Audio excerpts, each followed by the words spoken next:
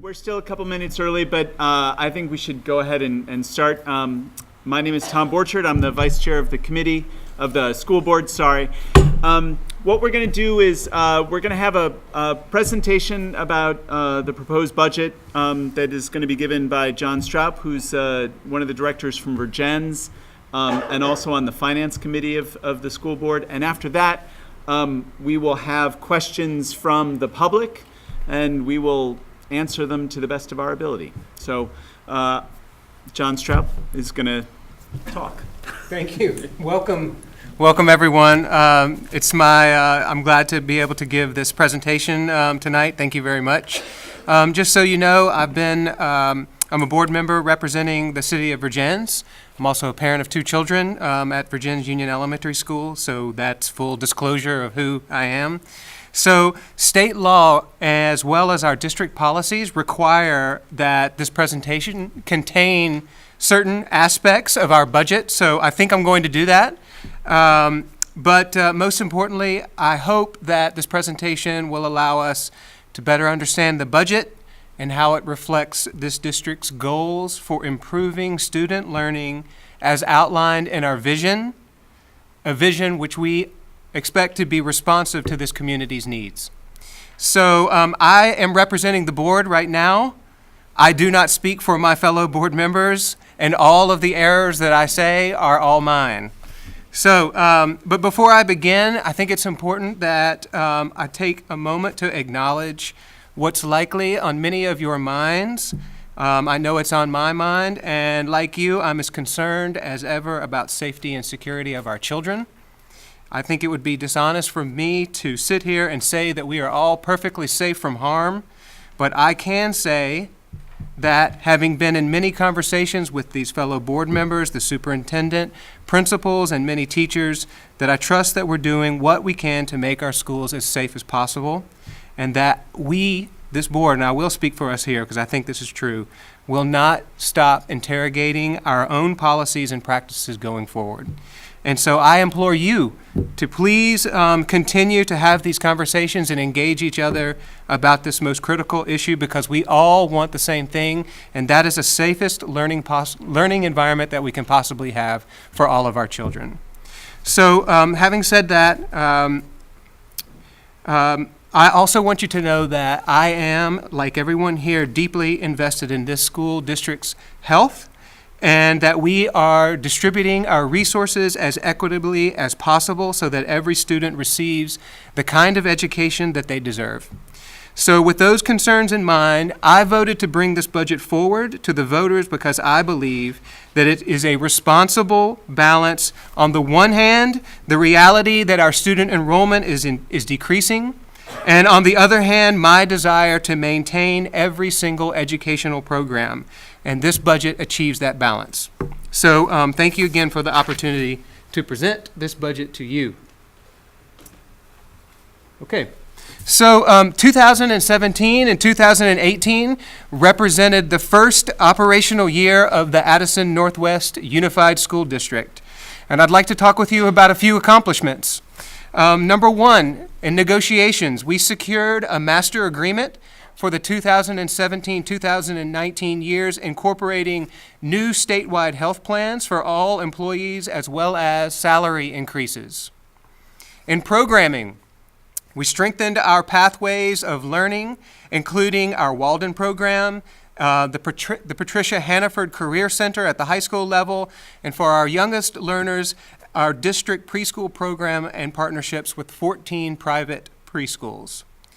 In terms of services, an accomplishment this year is that we entered into a collaborative child nutrition services arrangement with our neighbors, Addison Northeast, and we unified our athletic programs across all schools.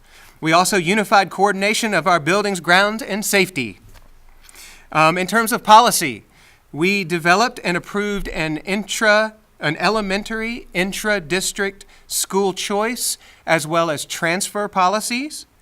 And we also approved and brought forward a video security camera policy. And in terms of oversight, this board developed and implemented a superintendent evaluation system. So, in terms of the budget priorities and student achievement, I'd like to talk a little bit. There are many priorities, some bigger and smaller, but I'd like to take a few minutes to talk a little bit about some of the priorities in the budget, about what it takes and what it costs for our students to learn.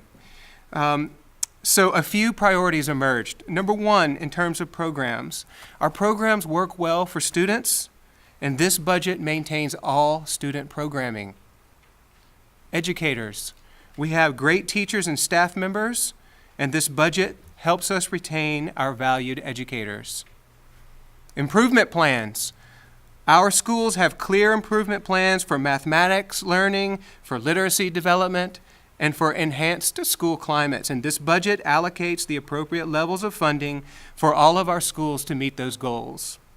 And lastly, talking a little bit about technology in terms of data-driven decision-making, this budget provides for the professional development and the staffing of flexible district-wide educators, as well as technology necessary for our superintendent, our principals, and our teachers to make real-time choices that allocate resources where they are needed and that will benefit all of our students.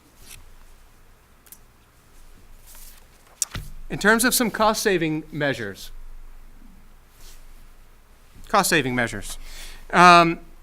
So a few notes about some things that that have cost savings over these last few years. Number one, if you look, we have the budget itself is a slightly decreased expenditure of last year. And some of the ways that we've seen cost savings with this budget. Number one, again, as I mentioned, we entered into the Child Nutrition Partnership. We, for a more sustainable food program over decreasing costs and increasing our purchasing power, we made appropriate and equitable decreases in teaching, support staff, and administration in alignment with our decline in student enrollment and class size policy and procedures. Energy savings will be realized, we hope, with the capital improvement bond, and staff training and professional development, especially in the areas of special education, will allow for decreased use of consultants in FY19.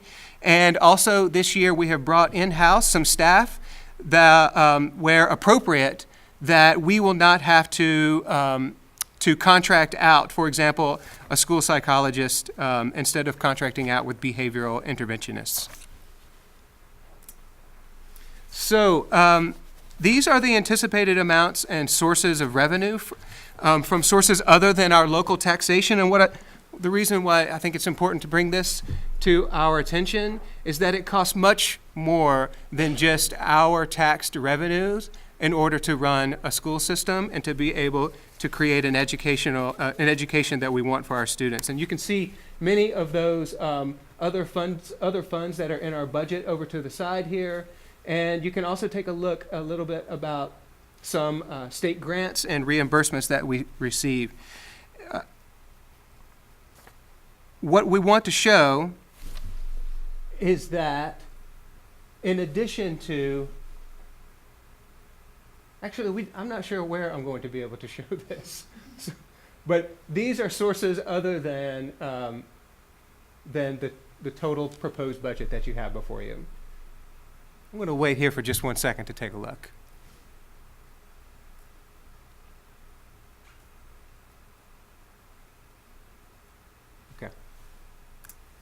Okay. So costs and budget over time. The local expenditures and net local education spending is decreasing, but because of our decrease in pupils, our equalized per pupil spending has increased slightly, but it is less than the best estimates of inflation. And a second area that we have seen costs decreasing over time has been in our special education costs. As you can see, from FY16 to 17, we came in under budget by $700,000, and then FY17 to 18, we came under budget by $500,000, and we expect to see that similar kind of decrease this next year. So if you'll turn to page 59 in your annual report.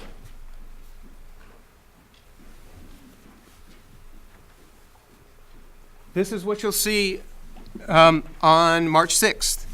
And these are the best estimates that we have, but we will not know the full figures until the common level of appraisal has been determined later on in the year.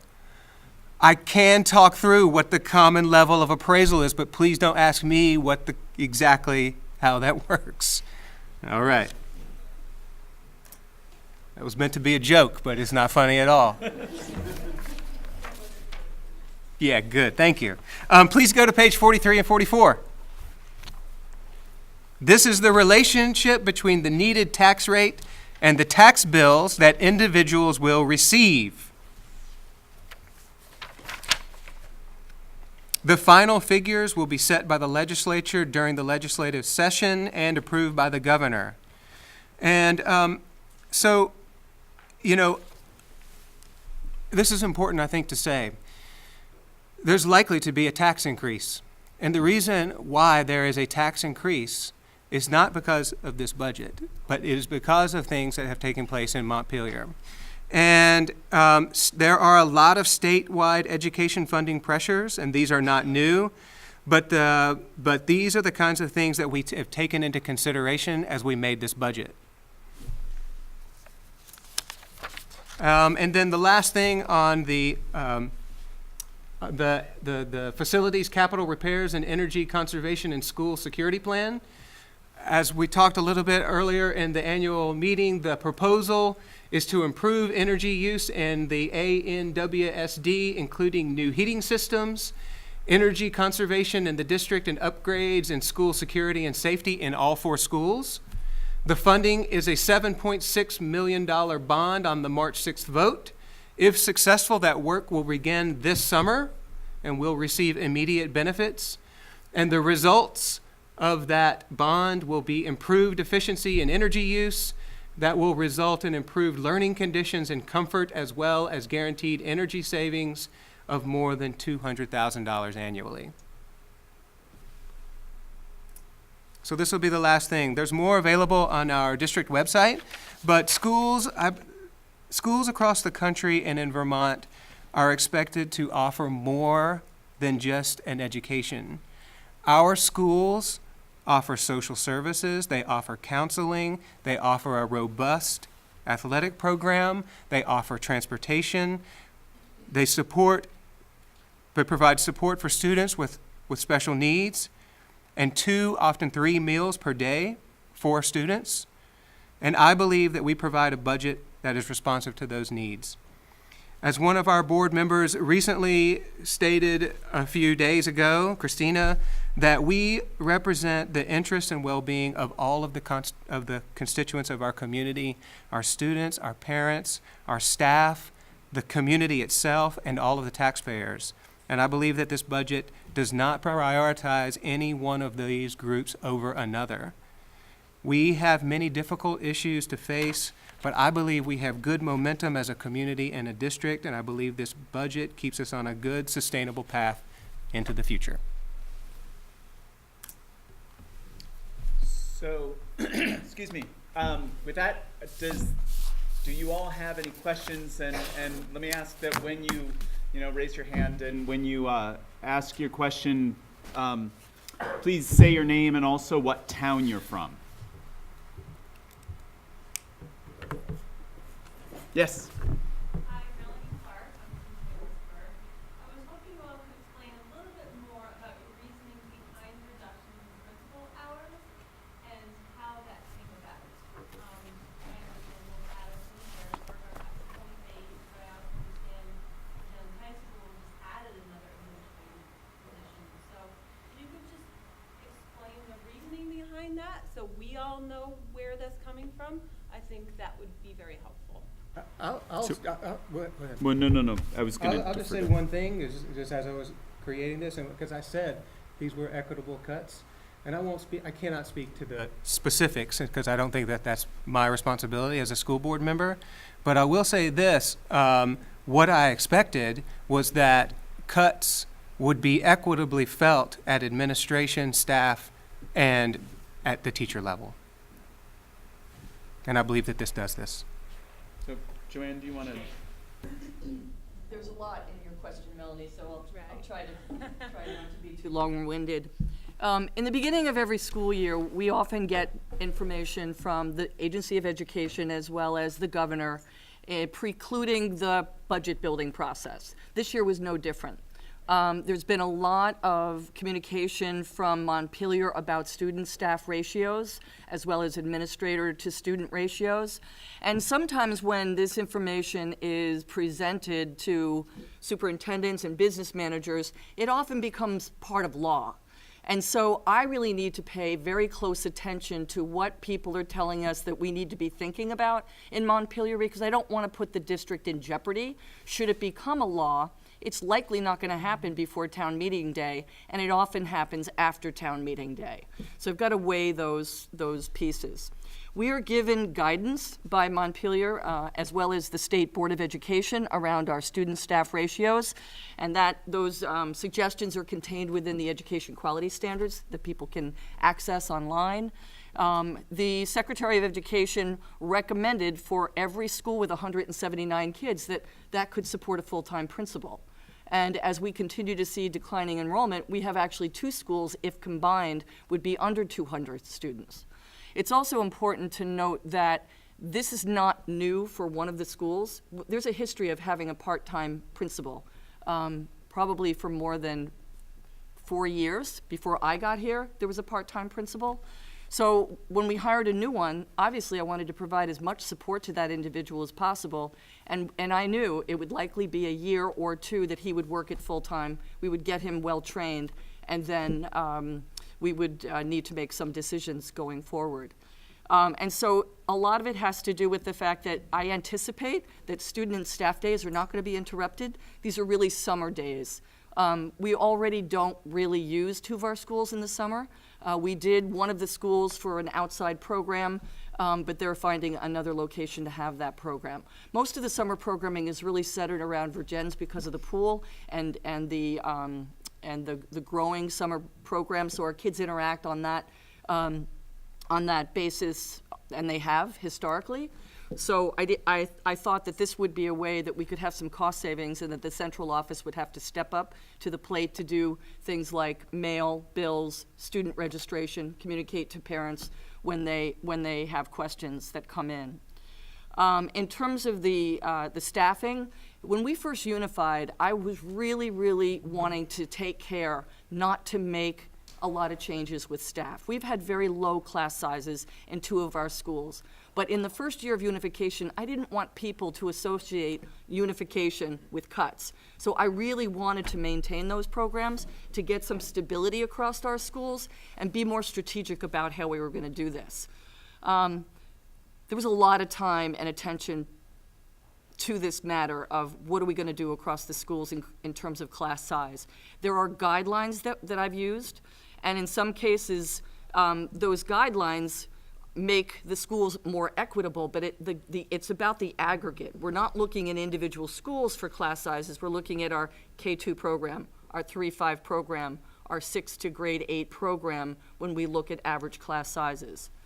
In one particular school, I believe those class sizes are going to be aligned, in 2 of our schools will be much more aligned to the 3rd one and the history of the third one. There is one classroom in particular that's going to be a little bit higher, but we are maintaining purposely a 0.6 interventionist for math and a full-time literacy teacher so that we can maintain some of the the small instructional approaches that we need to take in order to support student learning. I also want to emphasize that this is not just about cutting, but we instituted an after-school program in our last elementary school this year. We increased our physical education time in that school in this current year. The plan is to increase physical education next year by adding a kindergarten program that's called the Action-Based Learning Program. We have in one school, in addition to art, they have enrichment time. We're now going to be able to provide that in all 3 elementary schools. And by maintaining a music teacher, in some years we're able to do instrumental, we're able to do more choral performances. Now everyone will have equal access to that. And so these are enhancements. The decisions that go into deciding what to do with staff are not easy. They're not easy decisions, but I also want you to know that it is based on a lot of conversation at the administrators level, but it is hard, actually. How can someone support a plan when it's about their lives that will be affected by it? But I can assure you that, as we have in years past, with administrators that are not working full-time, we will really try hard to find other curricular areas that they might be able to help out with that will help to increase or mitigate some of that reduction. So those are just some of the pieces that went into the decision-making. I think in the area of support staff, it was just really based on need more than anything else. And so we're hoping that through attrition, and we're not quite sure who's coming back yet because they don't have to let us know until April, but we certainly want to be able to manage the reductions through attrition and not by reduction in force. So that's going to be the next step, to really take a look at what people's plans are and try to make the reductions by planned leaving and not through reductions.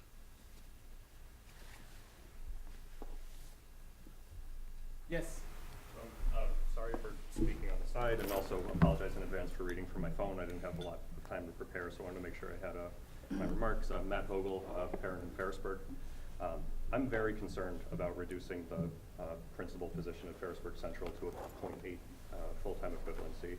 I'm concerned because of the precedent that it sets, where with future declining enrollment, that will continue to decrease the hours of the principal position. I'm also concerned that we'll be able to attract high-quality candidates who would want to come in and take a less than full-time position. As far as my research has been able to show, there are studies from Waters, Marzano, and McNulty in 2005 that show specifically how a strong principal is correlated to high student achievement. I feel this is a very short-sighted move, and it will damage our schools irreparably if we go down this path. And I hope that you can address that as well.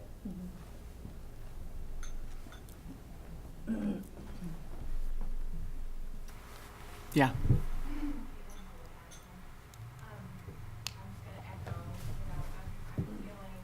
Concerned also about specifically the staff cuts happening at Addison, down to a 0.8 principal, down to a 0.8 secretary, and also losing a grade teacher. Specifically, in regards to the grade teacher, because of our numbers, and I understand that Addison Central is tiny in comparison, that I understand.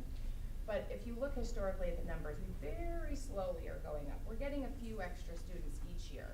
And by combining 1 and 2 together, and then 3 and 4, and then 5 and 6, you are pretty much at the cap of how big your class can be, even though my understanding from an email from Joanne is that we don't have district guidelines yet for mixed classrooms and how big they can be.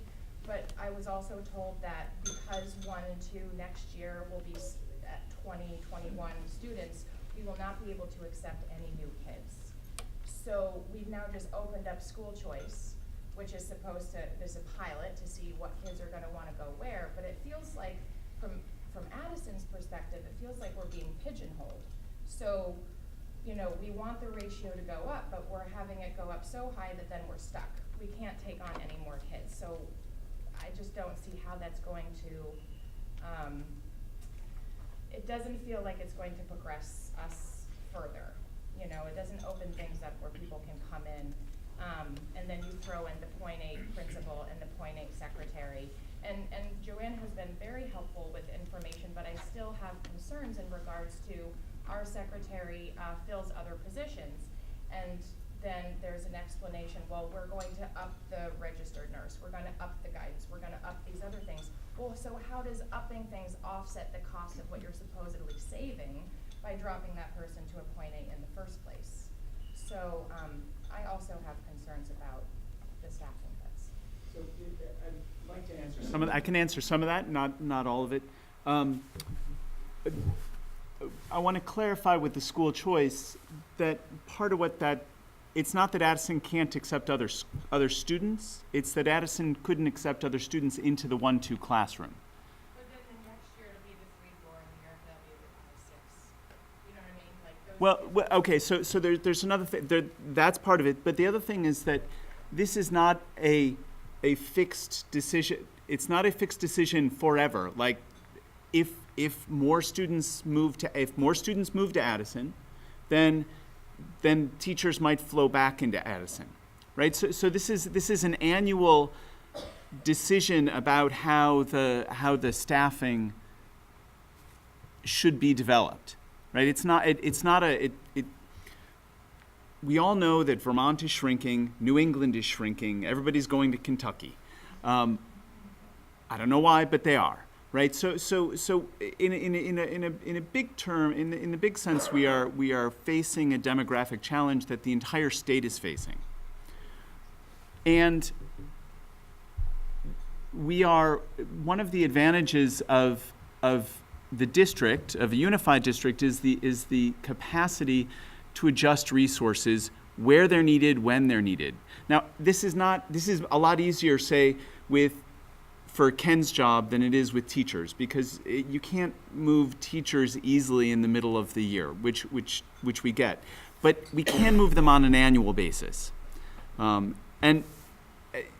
I certainly hear what you're saying about the school choice, and the possibility that that there is that bubble moving through Addison, and so that's going to be a problem. My own son, who's 17 and a junior, when he started kindergarten, which was the year we moved here, and he went to VUES, they had 50 students in two classes. 26 in each class. And we moved from Chicago, and I was like, 26, that sounds pretty good. And everyone here was thinking, oh my gosh, what are we going to do?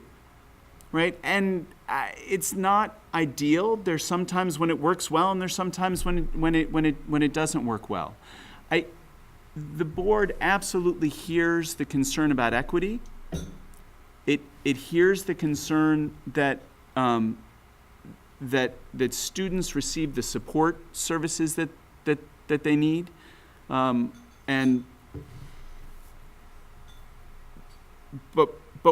as John pointed out, we're also facing significant demographic shifts and budgetary constraints. We don't feel we are in a position to raise the budget, both much more than the negative $15,000 there, both from taxpayers and from the state.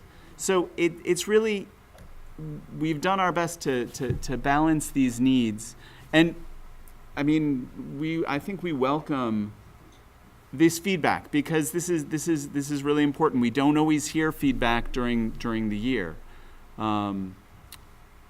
so I don't know that answered all your questions, but please. And I hear that completely, and it makes a lot of sense to me. I guess what would be helpful for me to understand is and especially when you were giving your presentation in the beginning, what really caught my John. attention was how well the special education department did this last year in coming under budget, and how that's becoming an annual thing to celebrate, which sounds worth celebrating. But it stuck out that was one department mentioned. So are there other departments that are doing a good job of coming in under budget? Like, we're talking about a budget in general, like this whole overall concept of where do we get money from and where do we put it in, right? And so cutting people is one of the last things that people want to do. So where else have we cut that isn't personnel related to kind of offset this general expenditure issue? Does that make sense? It does, and I want to defer to Joanne. But I would also like to say that in the last 5 or 6 years, the high school has lost 14 FTEs. So, Yeah, it's important to put it in perspective. I think having a broader picture of how, especially if we're talking about equity, having those other, situations in schools to compare to helps answer those questions. but Yeah. Joanne, do you want to? So what we're trying to accomplish in other areas to address equity but also cost savings would be in the technology area. You know, I spoke earlier, I'm not sure that you were here, Caitlin, about a consolidated budget where we're taking line items from each of the schools and really consolidating it. We're trying to get onto 2 platforms rather than 10 platforms, so Chromebooks and Dell computers. And we get some consistency and we put them on a 3-year cycle, over time, it's going to allow us to get better at some cost containment. The pre-K area is really, and is Kara still here? Kara, you want to speak to that? I mean, we don't have cost containment strategies, but we are looking at making some improvements because we're going to get rid of the trailers in the back of Virgins Elementary School that are really not safe learning environments for our kids.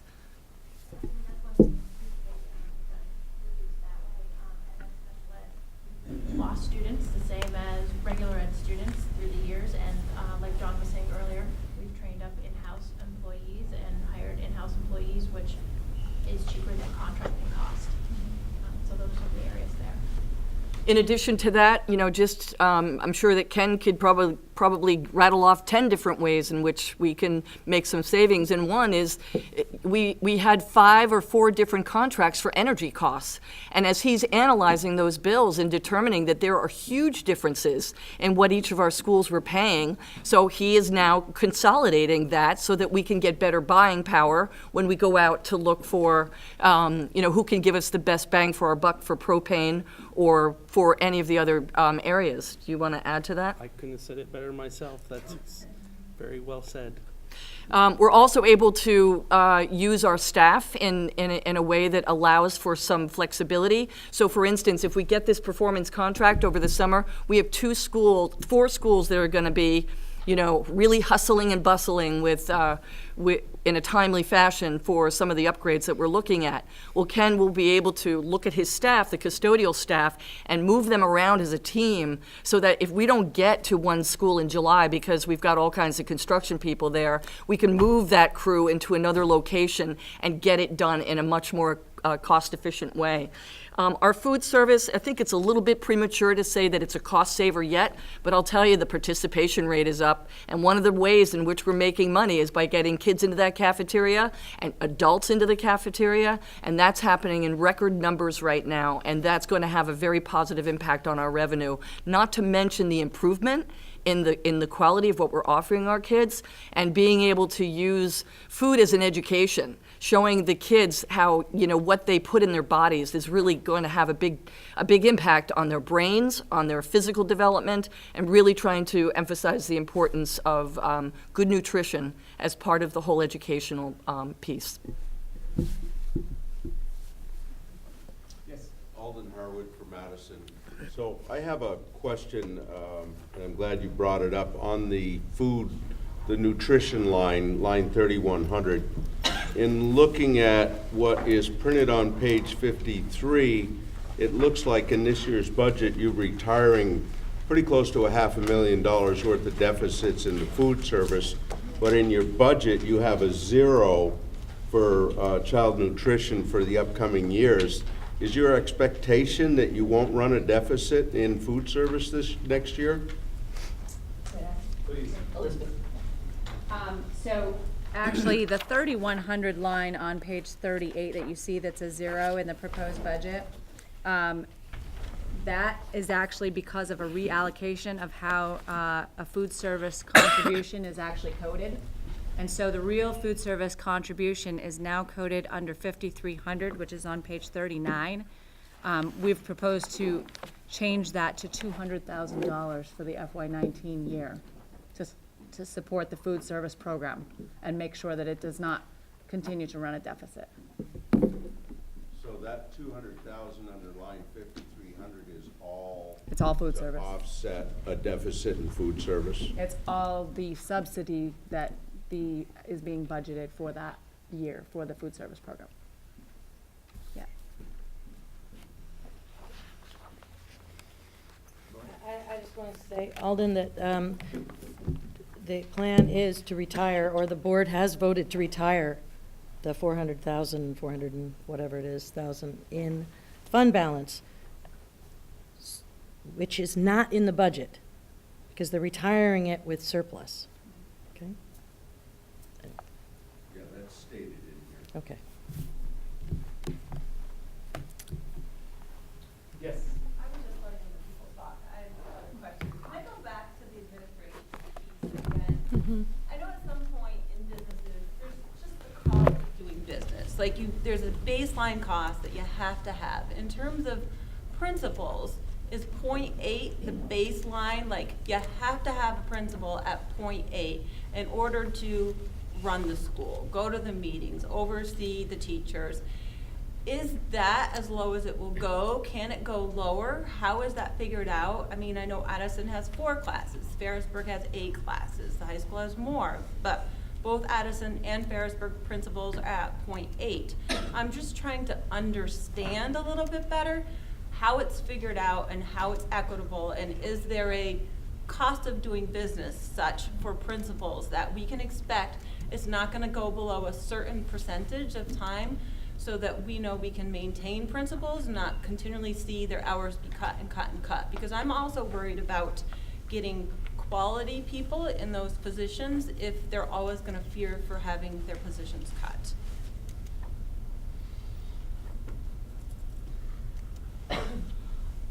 Melanie, I can't answer the last part of that, like where we would go from here. We need to evaluate the impact of the decisions that we've made. A full-time person works 260 days. A 0.8 person works 208. As somebody mentioned earlier, the board has given us, and hopefully the community will give us, a dollar amount to work from. And so there are moving pieces and parts, and there are opportunities to make some changes with people's FTEs as well as what they do. So that will be part of the discussion going forward. I'm sorry that I can't give you any more information than that. I did mention earlier that in one school, they have historically had a part-time principal. That's not always the best. When you go down to a 0.6, you know, there are days of the school week that the principal will wind up not being there. And when you've got a myriad of challenges in that building, it makes it difficult. So I'm just going to monitor the situation going forward. As I said, the hours that will not be worked will be summertime hours. The student and the staff days, as much as possible, will not be interrupted. And we will, going forward, from a business standpoint, I don't know the impact of this. I will tell you that in the neighboring school districts, in Addison Central, there will be 2 full-time principals working in 6 rural buildings. So they're going to have to share that. Next year, Addison Northeast, or this year, they have 1 part-time principal, and next year they'll go down to 2 part-time principals. So unfortunately, this is a phenomenon that people are experiencing around the state. And I certainly understand the impact that this possibly could have on maintaining and retaining high-quality people. We will be looking at different functions. Should our grants come in and there are things that we can augment the principal's salaries with, I will consider that. I don't have an answer to that right now. So am I hearing you also say that it could be a possibility for next year there to be 1 principal shared between Ferrisburg and Addison if the numbers look like that's feasible? Down the road, in terms of declining enrollment, that's a possibility. That certainly is a possibility, but the model would likely not just be 1 principal unless it went down to 100 kids in both schools. It might be a full-time principal with a part-time vice principal. Again, I have not, in my mind, have not rolled out what the different scenarios will look like. I'm going to be working with the board over the next couple of months in a board retreat to take a look at what are the projections for declining enrollment, what are some of the things we need to be thinking about going forward, and how do we engage the community earlier rather than later in informing them of some of our thinking. One of the things that I think is also worth considering is that this represents opportunities for teachers as well, because teachers, master teachers at schools, can take on administrative capacity. So, you know, and we don't know, right? So we're looking, but let's say we went to 1 principal for the 2 schools, and 2 teachers ended up taking on essentially vice principal roles, right? So is that great? No, I mean your pointing to the importance of strong principles, I think is well said, and again, we hear this, but there are a lot of moving parts. There are a lot of things we don't know. Maybe 50 people will move, 50 families will move to the district next year. I doubt it, but we have a great town. They should, a set of towns. They should. I think it's premature. Like, honestly, in 60 years, I can see one high school in Addison County. Right? So, but between here, where we are now, and there's an awful lot of stuff that's going to happen. So I think that we as a group are trying to be mindful of those changes, and maintaining equity amongst the students is an incredibly important thing that we ask about at every meeting. So it's not that I'm trying to say where we're going to be, but I don't think we know where we're going to be in 1, 2, 3, 4 years. Christina? So I'm a member of the Communications Committee, and we've been meeting all year and working on some plans and ideas on how to engage all our members in our community to help us as a board and group make decisions. So I just wanted to say we are working and planning on holding community forums so we can all sit down together and talk about all these hard things we're talking about tonight, so we can hear ideas and from everybody and come up with a plan. I mean, I think it's going to take all of us working collaboratively together to figure out our path over the next 5 to 10 years. And it's certainly looking like it's not going to be easy, but I think that we can all work together to accomplish something fair and equitable and something that we can all feel good about, hopefully, in the end. So I just wanted to throw that out there. I just want, I want everyone here to feel like they're going to have a voice in these decisions, because I think that's what our communication committee is intending and what our board wants to. But again, I'm speaking for myself there too. So. Yes. Community engagement. What did I say? Communications. Community Engagement Committee. Community Yes. engagement, yeah. Sorry, please. Yeah. I appreciate the effort to reduce costs, because with consolidation, I was actually really expecting less of an impact on taxes than what we are. So I'm up for and appreciate looking at things and seeing how we might be able to change things. And if sharing principles works and it's not going to affect people, then I'm okay with that. But I just feel like it's still unclear how it's equitable across the districts based on student population or size. And if you could explain the addition of the administrative role here at the high school and how that plays in, because do we need that role? Could we have kept our other principals at full-time instead of adding one more at the high school? Right. I'd appreciate that. So, thank you for reminding me, I didn't explain that very clearly earlier on. We were very intentional about creating an administrative position in the guidance office because we're being asked to address some personalized areas of learning that are new for us. Proficiency-based learning, personalized learning, these are new buzzwords for us. It is going to require us to do things in very different ways and to really use our community as a learning environment, not just our classrooms.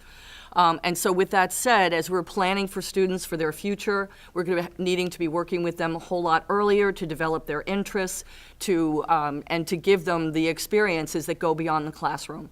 The position was had by a person who had a lot of administrative responsibilities. She was a long-time guidance secretary who over time really acted in the capacity of an administrator. So we actually replaced her with a person who has the skills to be an administrator and to make those decisions.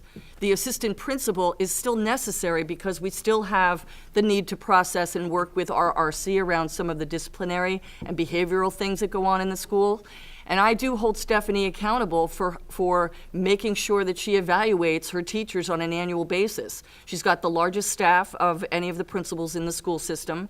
We've made a commitment to evaluating all of our teachers every year, but in a formal sense, every 3 years. And that's very time intensive, both on the teacher's part as well as the administrator's part. So for the time being, I really feel that this model allows us to do better and more improved things for kids, and really allows Stephanie to be the instructional leader that I hold her responsible for. And I'm happy to have you follow up if you want to, Steph. No, but I think some of these changes are also based on some anticipated changes in or retirement or attrition in other areas, and we want to build capacity for Thank that. you. So Yeah. as these, when the guidance secretary left, it seemed smartest to create this position, one that should have been put in place a long time ago, as opposed to hiring another secretary, which wasn't going to get us the leadership that we needed. So, and we have another anticipated change in staffing. And the assistant principal position is 10 months, correct? It'll be yeah. Part-time. Yeah. Did you say the high school assistant principal position will be part-time? It's not part-time, it's a Replacement It's now. common that a position like that is perhaps a 230-day contract as opposed to a 260-day contract. It still be, like a teacher is full-time, but not, 186 or so. So it's that way, but it's not a 261-day contract. So did you hire a secretary as well, or is No, we didn't. So are we just paying somebody at a higher rate to do secretarial stuff in addition to the little bit of guidance stuff, or who's taking on the secretarial role, or is that just being? There were two guidance secretaries, and so they redistributed some roles, but a lot of the responsibilities for scheduling and curricular decisions and stuff that come from deciding how many sections of classes to have was being made by someone who didn't have an administrative license. We shouldn't be doing some of those things. So it just happened when they got rid of the director of guidance many years ago. Those responsibilities fell into that position. So that's how it's come about. Is that cool? Yeah, thanks. Yeah, go ahead, Matt. So I'm sorry that my earlier question came out as a comment. I apologize for that. So I have two direct questions. One, I can't find in the budget on page 38 or 39 how much the district is spending on rent for the offices in the Kennedy Brothers building. So I would like to know that. And my second question is also, I'm wondering if the district leadership is also preparing to move their full-time equivalencies to .8 to reflect the declining enrollment throughout the district. So I don't know what I'm going to have to get back to this gentleman about the rent. I will say, however, that there is 2 years left on the agreement, and that is something that's going to go to the board in terms of what are we doing with declining enrollment and where are the opportunities for us to save additional money. We have a director of learning who's going to be .8 as well.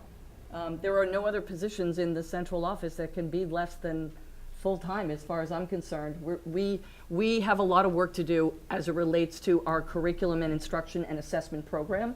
That needs to be, what we've accomplished needs to be maintained, and we need to make sure that we are developing the proficiency work that we're being asked to do as we go forward, and we're right in the middle of that initiative. So that would be the only change. I appreciate that. I would just hope that the board and you could leave this meeting and go back and try to find the money to keep our principals at full time. I just feel it's so vital to the future of our schools, and it's I hope the board could commit to that. I hear you, Matt. Thank you for your Thanks, comments. Yeah, Sarah. So we can answer his question. Yeah, Joanna's the lowest paid superintendent of the three in Addison County. With the most experience. With the most experience. The other two are both young men that are paid thousands of dollars more than she is. And both have at least 10, in some cases, 20 years less experience than Joanne has as administrator. I think also, as a board, one of the things is not necessarily to be conscious of exactly the kinds of positions. That's the superintendent's responsibility, and we hold the superintendent responsible for the work of this school district. But an important thing that we have discussed many times is, do we have too many administrators in the central office? Do we have the appropriate number? And in all of these conversations, it's my understanding that we're actually on the lower end of being staffed at the central office. And I'll just reiterate it again. It's not like we decided what positions were cut, but it was a very important priority that we have an equitable distribution of cuts at personnel level across administration, teachers, and support staff.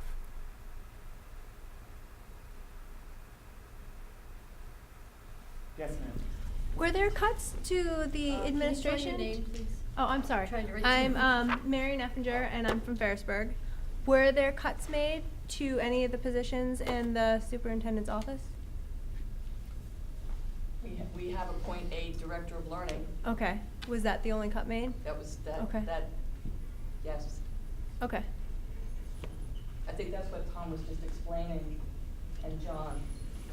Yeah. Well, he was saying that it was equitable across all the levels. Yes. And that's a very small cut to a bunch of faculty. It's like there's a lot of levels. So to say 0.2 is the equivalent of losing multiple teachers is hard for me to understand. I think, was it 4% all the way across? I think of the number of people. And it was just a quick calculation, but at one of our budget meetings, we were saying that we were losing 4% of our students, and that actually the percent of administration was more like 5. 4% teaching and support staff, and then administration was 5. Okay. But I think sometimes these things are not perfectly comparable too. So for example, we now have an HR person in the central office that we had not had until this current fiscal year. And so a lot of that work was getting done it was getting done, but it was not getting done as efficiently and as kind of in conformity with law as it should have been. And so, but that's more expensive, right? And that's somebody that all of a sudden that's more money in the central office than would have been there last year, for example. I just want to add that position replaced a lower paid position. So it's not, the body is still the same. The body's still the same. Yes. Okay. Yes, ma'am. You had mentioned in the presentation about some consolidation of the elementary school sports.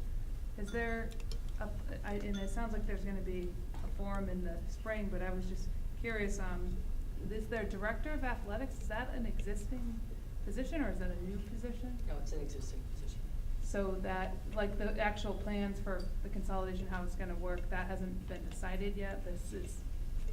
He just left, but he actually just emailed, I'll put this, he actually just, I got an email from him during this meeting, reaching out to coaches in all 3 communities, people that have been involved in athletics in all 3 communities, to help kind of mold that process. And he's gonna bring in people from the 3 communities to figure out what elementary school sports are gonna look like, and looking at the BPA guidelines around them, because there are BPA guidelines around elementary school sports that we haven't always followed as a district, because most of the time it's part-time athletic directors or volunteer athletic directors that have been following those guidelines. So he's gonna kind of bring that oversight to it, but still allow some influence on the local level from each of the elementary schools. What's his name? Pete Manine.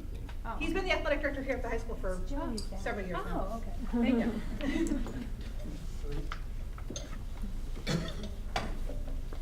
Other questions? Sure. Don't want to monopolize, so Keep seriously, going. other people have questions, but I have a question about the bond.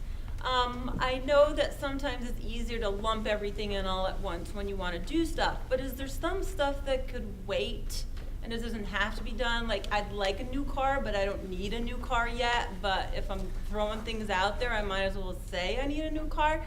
Is there stuff that doesn't need to be in there now that could have some life in it, that we could wait 5 years and then have to put it in the budget. Again, I guess my brain goes a lot of ways and nobody's understanding where I'm going, but part of me is thinking, I don't think our custodial staff gets paid enough. I don't think our support staff gets paid enough. I think there should be a livable wage for everybody, and I'd like to see salaries increase, and I don't want, if livable wage does go up, to now see our entire budget go up. Then I'm just wondering, are there things in the bond that don't have to happen right now, but we just said, let's just throw it in there all at once, and could we get rid of some of that, So save money, give it to support staff, that sort of stuff? the short answer is no. The big ticket items in the bond need to be done. The biggest single thing in the bond is the HVAC system at the high school, and it's fragile and super inefficient. At VUES, there's no. My understanding is there's no fire suppression system, so we're getting a fire suppression system at Ferrisburg and at VUES. We're out of code because there's no hood in the kitchen. These are the big ticket items. There's a substantial amount of money that's going to security in terms of, and Ken can obviously speak to this with much greater clarity than I can, but in terms of wiring the doors at the high school, for example, so that we know when a door is propped open, which is part of what caused the incident in the fall. So we actually when we were considering the bond projects all fall, we looked at a much smaller package, and every time we looked at a smaller package, somebody came back and said, but look, this really does need to be done, and it needs, and if we're doing this, we have to do it now. Like, we probably could have survived without the fire suppression system and the hoods, because the state had said, they knew it was the case, but they weren't. I don't think that was going to have us. They weren't going to make us do it without this work being done. But the work that has to be done, we should do this stuff at the same time as well. So I think this is actually a really defensible bond for the and again, I'm not saying you're saying that it's a terrible thing, but we spent a lot of time looking at larger and smaller packages, and we felt like this was the best. This was the best for the short, the medium, and the long-term health of the district. So.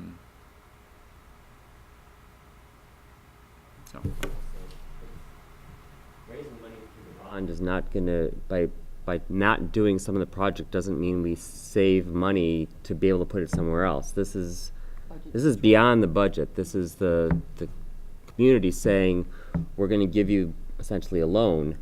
If we don't take out the whole loan, we don't get to keep some of that money and give it to janitors. So that I get all that. right. So, What I'm saying is overall, the tax will go up or down. If but we it. didn't have the bond, we would all be paying less. And if you're paying But we're going to be paying the same. We could be paying without a building that can stand though. Yeah. So. I'm also just trying to make sure there's a long-term plan for how are we going to pay people more if we have to in the future, if we have to go up to a $15 livable wage for everybody. And I think the custodial staff should get paid more, and I think the support staff should get paid more. How are we going to continue to do all of this without raising taxes a lot? And I just want thought to be, right now to be thinking about that. So if in 2 years we do have to increase everybody's salary to up to $15, how are we going to pay for that? As a member of the negotiating committee, I can tell you I've spent many, many hours on that exact question. I just want to make sure people are thinking about that, and we're not going to be surprised 2 years from now if that happens.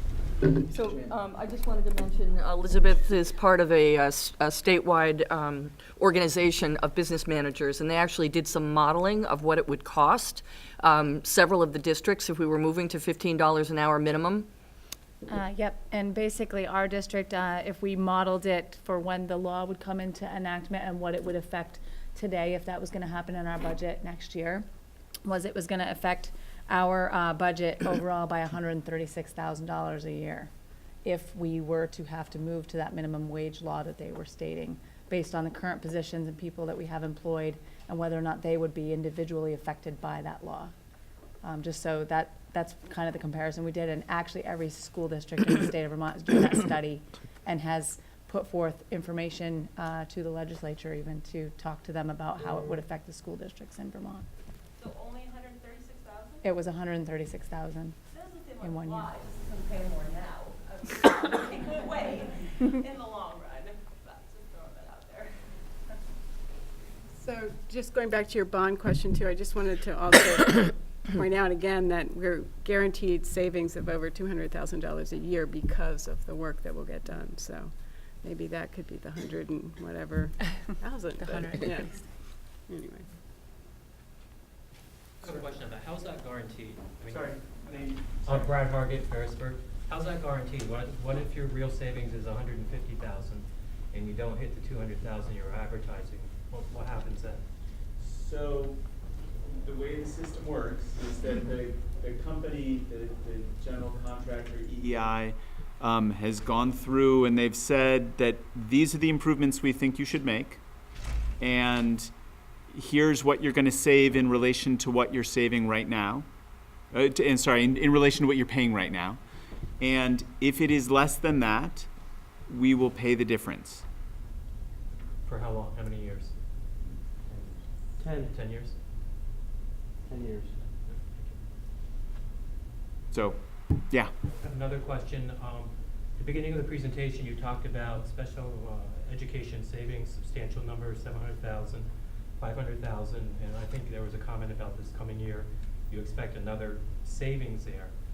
How do you save that much money? How are you off by estimating your budget that much? And if you're anticipating another huge chunk of money coming out of there, is that available to put into other parts of the budget to take your principal back to a full-time position? So there's a couple of levels to your question. I will try to do my best, and my special ed director will back me up or correct me if she needs to. So special education is just one of those programs that is very hard to plan for. Kids move in and out of our system all the time, and their needs are not static. What a student needs in September could look different in December. And sometimes the difference, it can be a lot of money because they now need an outside placement. The reason that we've been able to get our arms around the special education budget is because we have a very experienced special educator who actually knows how to build internal programs and not continue to pay these very expensive outside contracts for services. And because we have been able to improve programs for kids within our schools, we've been able to reduce very, very expensive outside programs. I have said to the board, I think, a couple of years of cost savings is pretty good. We can't always anticipate that because the population is just so variable and their needs do not remain static. They change throughout the school year. It's also true that we have a higher number of kids in special education who are the ones who move in and out of our district very frequently, and that also affects our ability to get an exact number. But Kara has done a phenomenal job of, as I said, bringing services and supports and programs in-house and really being able to manage and build capacity on the part of our staff so that we're not paying for very expensive outside sources. Kara, do you want to add to that? You build your budget 18 months before the regular budget, which is kind of ridiculous, but it's a bit of a crystal ball. So the AOE, Agency of Education, requires that we submit our service plan, which is our special ed budget, in October of the previous year. So we base that on the kids that are currently in the system in that moment.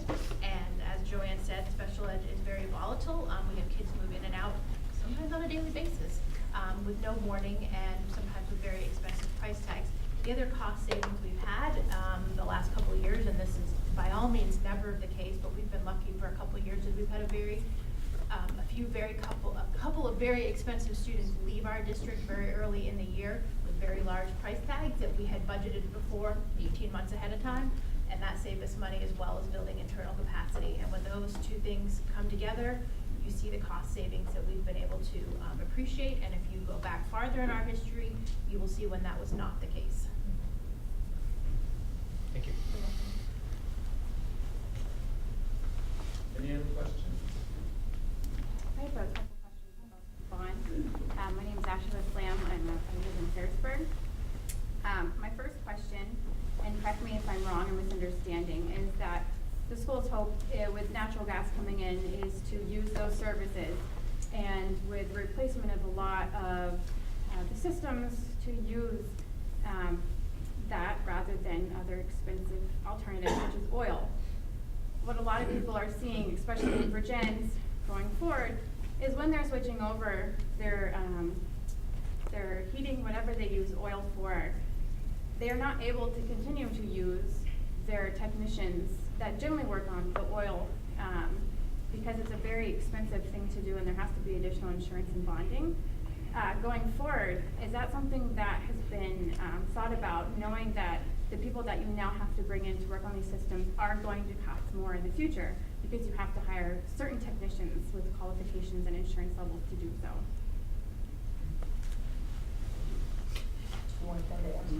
Yes. Okay. So, really what's going to happen is we're probably likely to use a different contractor or vendor. Other than Vermont Natural Gas? Oh, yeah. Okay. Yeah. Vermont Gas simply supplies the gas to the side of the building. They won't be coming in here and working on our equipment.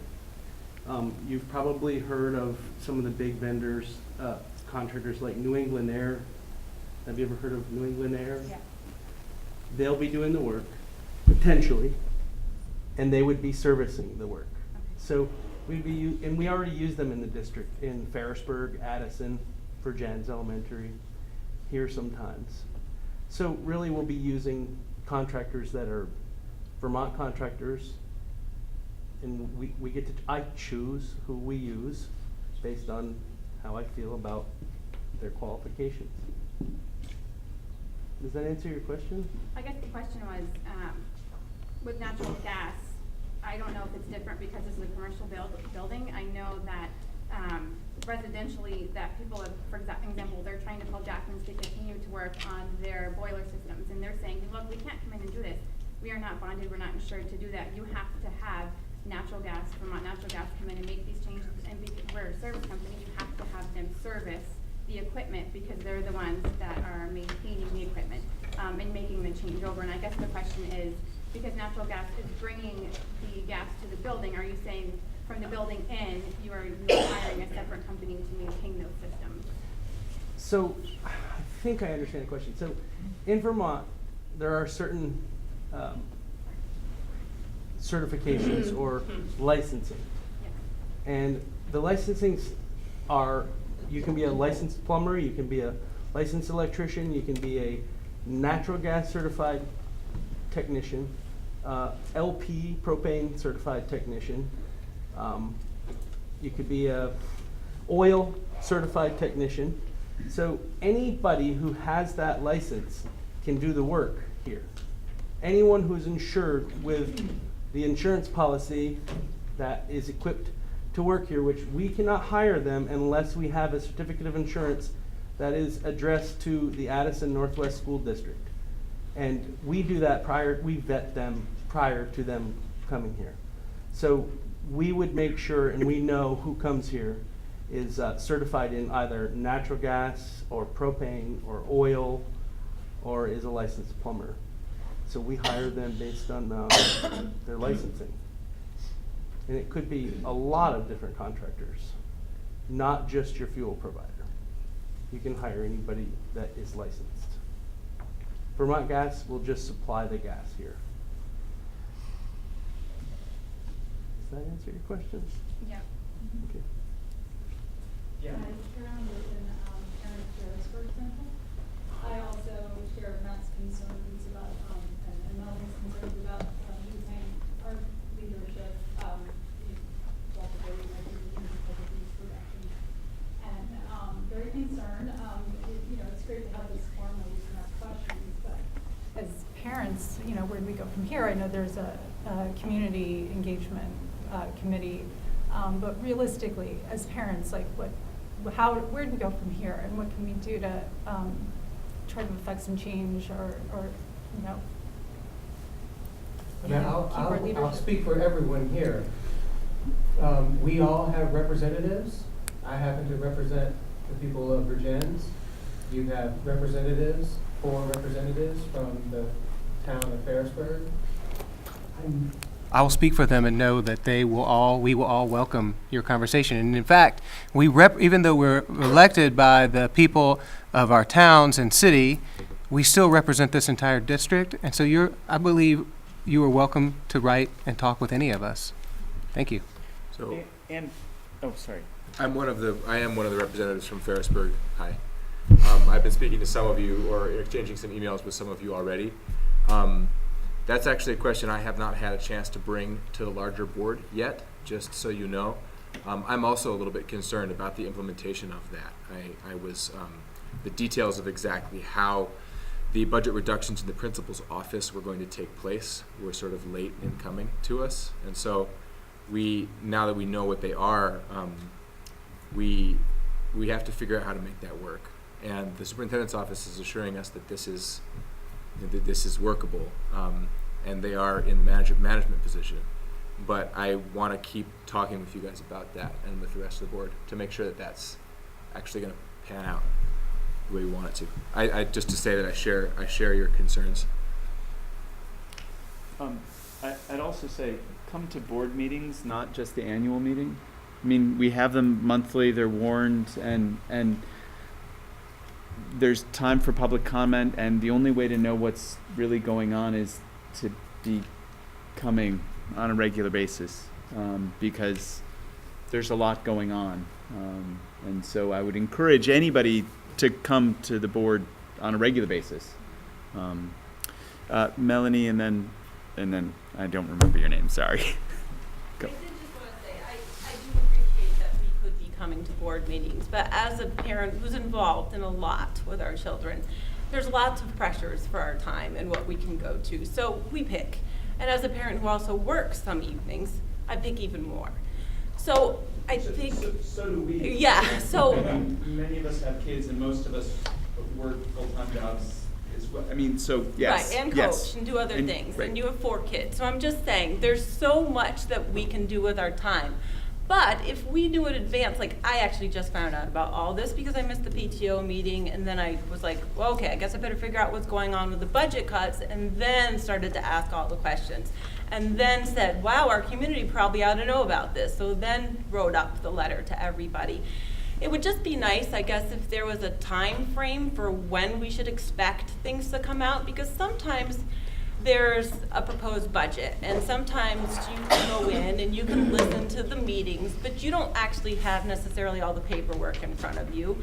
Or sometimes there's a long period before a budget is approved. Sometimes there's not a long period. But if there's a time frame or a place where, in November, your principal will have a meeting to hear from all of you about what's important for the next school year, we know which ones we have to make sure we make versus which ones we don't necessarily need to make. Yeah.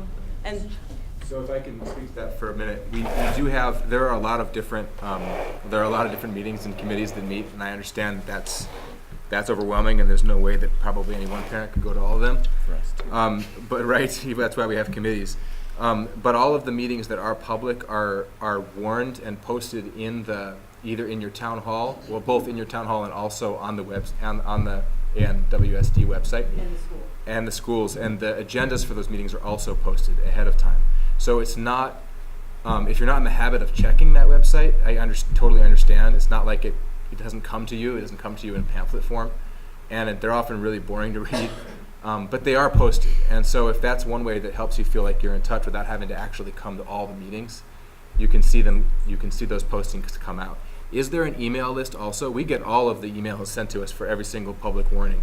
Is there an email list parents can sign up for from the superintendent's office for those automatic warnings to come to them? No. So it's just checking the website then? But Go ahead, Glory, what? It's all on the website. But Schools. yeah, this is really important.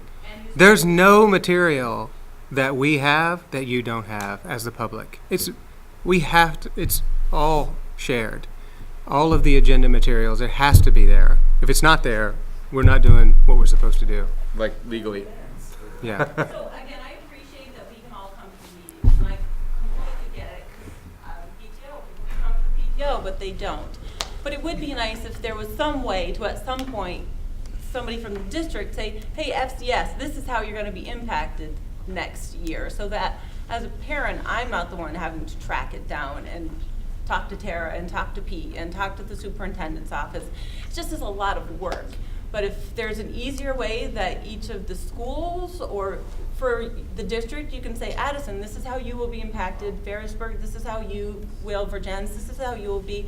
I just think you might find happier constituents and not constituents who are feeling like we always have to be reactive rather than proactive with So most of thank you it. for that, Melanie. And first I want to point people to page 37.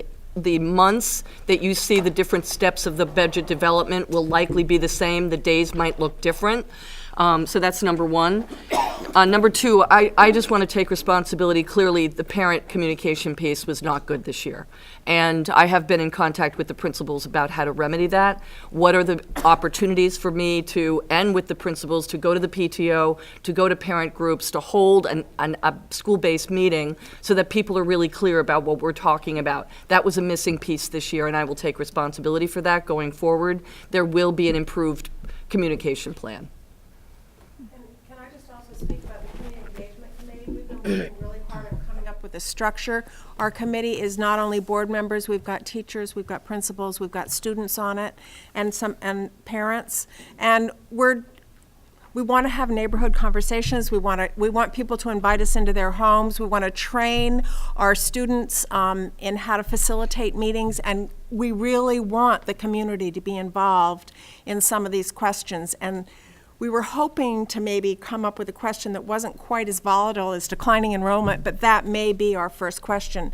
Our first job was to come up with the vision statement, and we did that last year.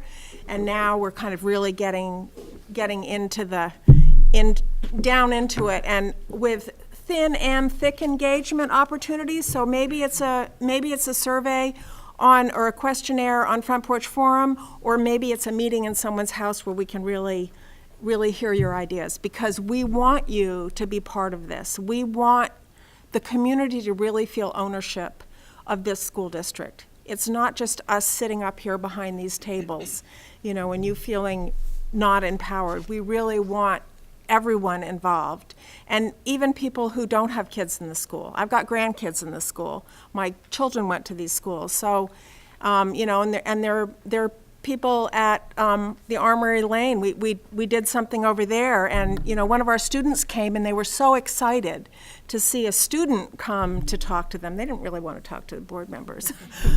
So we're really looking for ways to do that. So it's really nice to see this many people here to give us feedback. One thing I was wondering about, I remember when I was on the Ferrisburg board, we had a packet prior to the meeting. Here's the agenda, here's the superintendent's report, here's the principal's report, and it was a great wealth of information. Is that available on the website as public information? And someone talked about a mailing list. Is that something where people could go to the website, sign up for school communications, and that could be something pumped out prior to meetings, like board members used to get, but just pump it out to the public? Here's the superintendent's report, here's the principal's report, here's the agenda. We read through it and say, hey, that's something I'm concerned about, and then maybe we can make time to be at the meetings. I think that could add some value and help market the good work you folks do. Thank you. About the bond. Obviously, the bond is not increasing the taxes per se going forward. $7.6 million is really important, especially a lot of the systems that we're wanting to put in the system. I mean, into all the different schools. And over time, we're hoping that saves at least $200,000. My question is, $550,000 for solar, I personally don't feel is a need. Explain to me why that was felt that that's really important to put in this budget going forward for that amount of money for solar. Well, one of our core principles for operating as a district is sustainability, and that means not only fiscal sustainability, but also environmental sustainability and stewardship. And in this instance, we're not, by putting solar panels on the roof of the school, we're using what's currently dead space rather than what is otherwise could be used as something else. And it's revenue neutral. Right now, we pay money for electricity, and we can instead roll, I'm sorry, I can't really see you over there. We can instead, if we can instead roll capital improvements like solar panels into that payment plan, then we're paying nothing for our electricity by the time it's paid down. So it seems like a good investment to both meet our mission statement but also not increase any costs. I'm not sure, I apologize if this was already very clearly communicated, but the payments on this bond are fixed at a fixed rate, and they are slightly lower than what we're currently paying for energy and for buildings maintenance. So it's revenue neutral. Taking $550,000, or well, I'm sorry if I got the number wrong, taking the money that we would pay on solar panels out of that budget would simply be replaced by electricity bills in perpetuity. So it doesn't really add any money, but it adds value to our property and to our values. Does that make sense?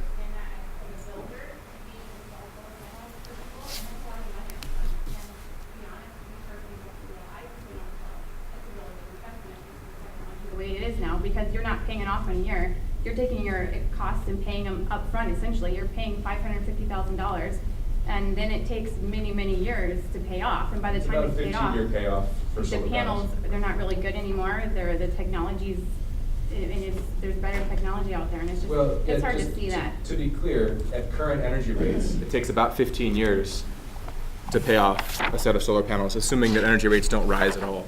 So it's not actually a diminishing, it's not a bad investment. It's not an investment that makes money, but it doesn't actually lose money.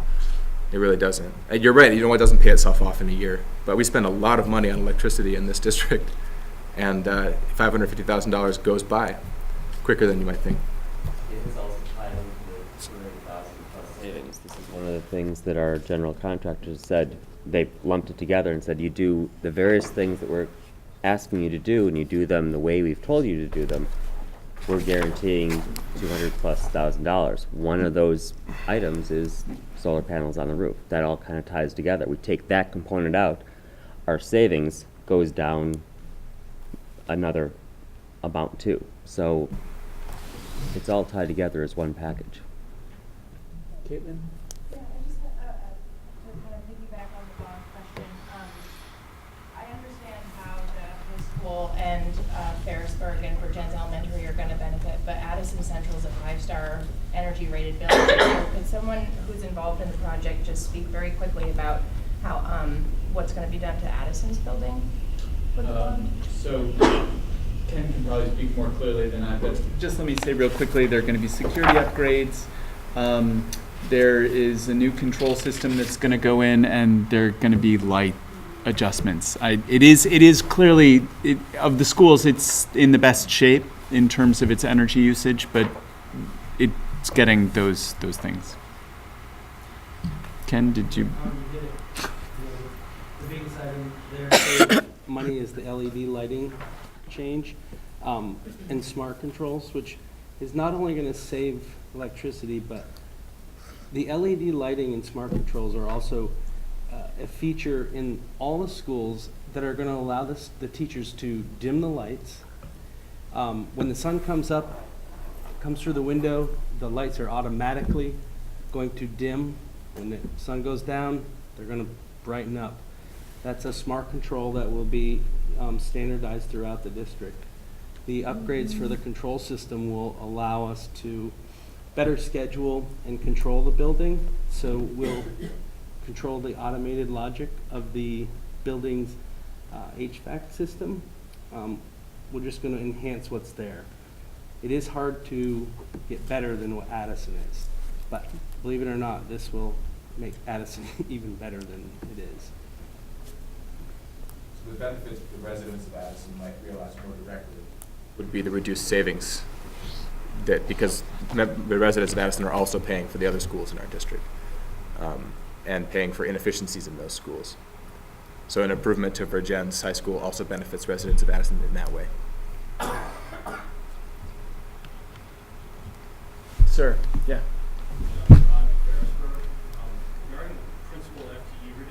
I'm wondering if it's intended to happen in the summer, the .2 reductions, are there existing summer administrative activities that are going to go away?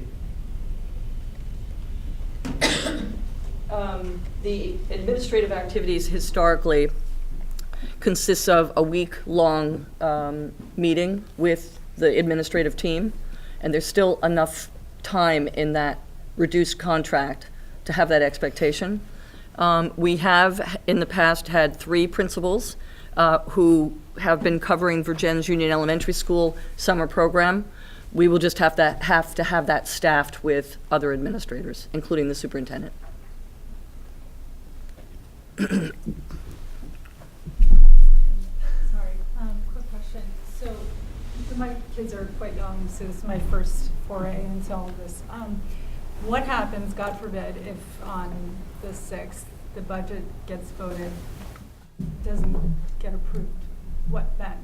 We will be sad. Start again. Yes. And then we'll make adjustments. Further cuts, et cetera. Yep, it's happened before. You know, if we'll figure something out. I don't want to Yeah. think that's going to happen. but- Well, it does happen sometimes.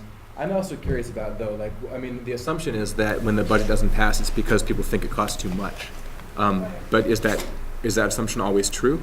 Theoretically, the budget could be voted down because people just didn't like the way it was. And maybe they would want it to be more and have to spend everything the same it is, but have the principal's positions be full-time instead of .8. Also, I know that there is some confusion. Yeah. How do we know? That they think, oh, no, I don't want these cuts, I'm not going to vote for this budget. And then there's Right. So if that does happen, we will do our best to get good information about what people are concerned about and why they voted against it, and B, put forward a new budget. The high school budget, before it was a unified district, is 2014 that the high school budget failed twice before 13? No, I think it was 15, wasn't it? 15. It was 2 years ago, sorry. Yeah. And that wasn't fun for anybody. So let's hope that doesn't happen. That's right. This Yeah. will be my last question, I promise. But first of all, I understand it's a hard job, so I appreciate everybody up there and everything you do. And I would not want to do this because I know everybody wants something and something has to be cut. So thank you for everything you do. I think some of us are just wondering, is it too late at this point? And I talked to Joanne and she said right now we're just voting on the overall dollar amount. And we have the ability to still bring our concerns to Joanne and maybe things can be changed. I think some of us are just hoping that we can get that assurance that if we vote yes for this, and I'm not gonna vote no, but if we vote yes for this, that we still will be able to provide input, and maybe we can get a principal back at full time, and maybe we can get custodial staff up to $15 an hour. Like, I would like to see more, but I understand that somewhere something has to be cut. But if we could just have more dialogue and the potential to maybe move the dollars around, I think some of us would really appreciate that. Thank you very much. What is the mechanism for that, if it exists? So, what I've been trying to communicate to parents is that, yes, the voters give us a dollar amount, but there are moving pieces and parts. If we have to replace staff that cost us less, there might be a little bit of wiggle room for us to do something else. We have part-time principals in the past have been able to do small-term initiatives on curriculum work. There's a possibility that could also enhance what we already asked the principals to do, but our grant money's not going to come out for the next couple of months. So what I want to say is that we're open to hearing the concerns and trying to find ways to meet those concerns, but I certainly don't want to say that I can promise to do that. I will promise to listen and to find creative ways to address the concerns, but there's just too many pieces and parts, and I would be more than happy to sit down, Melanie, with you and the parent group, with Beth, to talk more fully about what those concerns are and how we might be able to address them. So, last question. Just a quick one. So you reduced principals down to 0.8, 2 of them. That saved what? When you were going, $25,000. but what did it save in the budget? How much? $25,000. 25,000. Now, do we bring our concerns directly to you? Hey, can we make this work better? Or do we reach out to our 4 board representatives? What's the mechanism for that? And how much direct influence and guidance does the board give you, steering you with your decisions? I mean, we hold the superintendent accountable for an evaluation system about the health of the long-term health of this community, and it's not going to be my role to say cut that position by this point or that one by this one. It's just we are not the managers of the system, but we accept all of the feedback to what the vision and the health of this community, including the stress on parents, the health of a school as it's functioning, and those are pieces of information that we take into account to think about the bigger picture of the school. Yeah, I hope that helps. Yeah. It's the last one. It's okay. I'm a parent, Yeah. administrator, and school teachers. I've spent many nights under board table meetings like this. I just wanted to give my daughter the respect for saying that she made the sign, and I recognize the optics of a parent with a kid who was bringing a sign. It totally came from her. Awesome. It didn't come from my suggestion, but I did want to point that out. And thank you for listening to our concerns. We really appreciate it. Thank you. Thank you. Yeah. That's a good one. Okay, all right, thank you. Thank you, everyone, for coming out. You can still contact us. Is there going to actually, are you going to send out information about forums and stuff for the public? We're working on that. We actually have the communications committee is community engagement committee, sorry. Yeah. If you guys It's all about communication. We have a meeting tomorrow night. And Thank you, Ken. we'll post it in the Backpack Express, everywhere we can. Yeah. Front Porch Forum, website, all the avenues, in the paper. So thank you, everyone, for coming out. The meeting's on the website, too, if you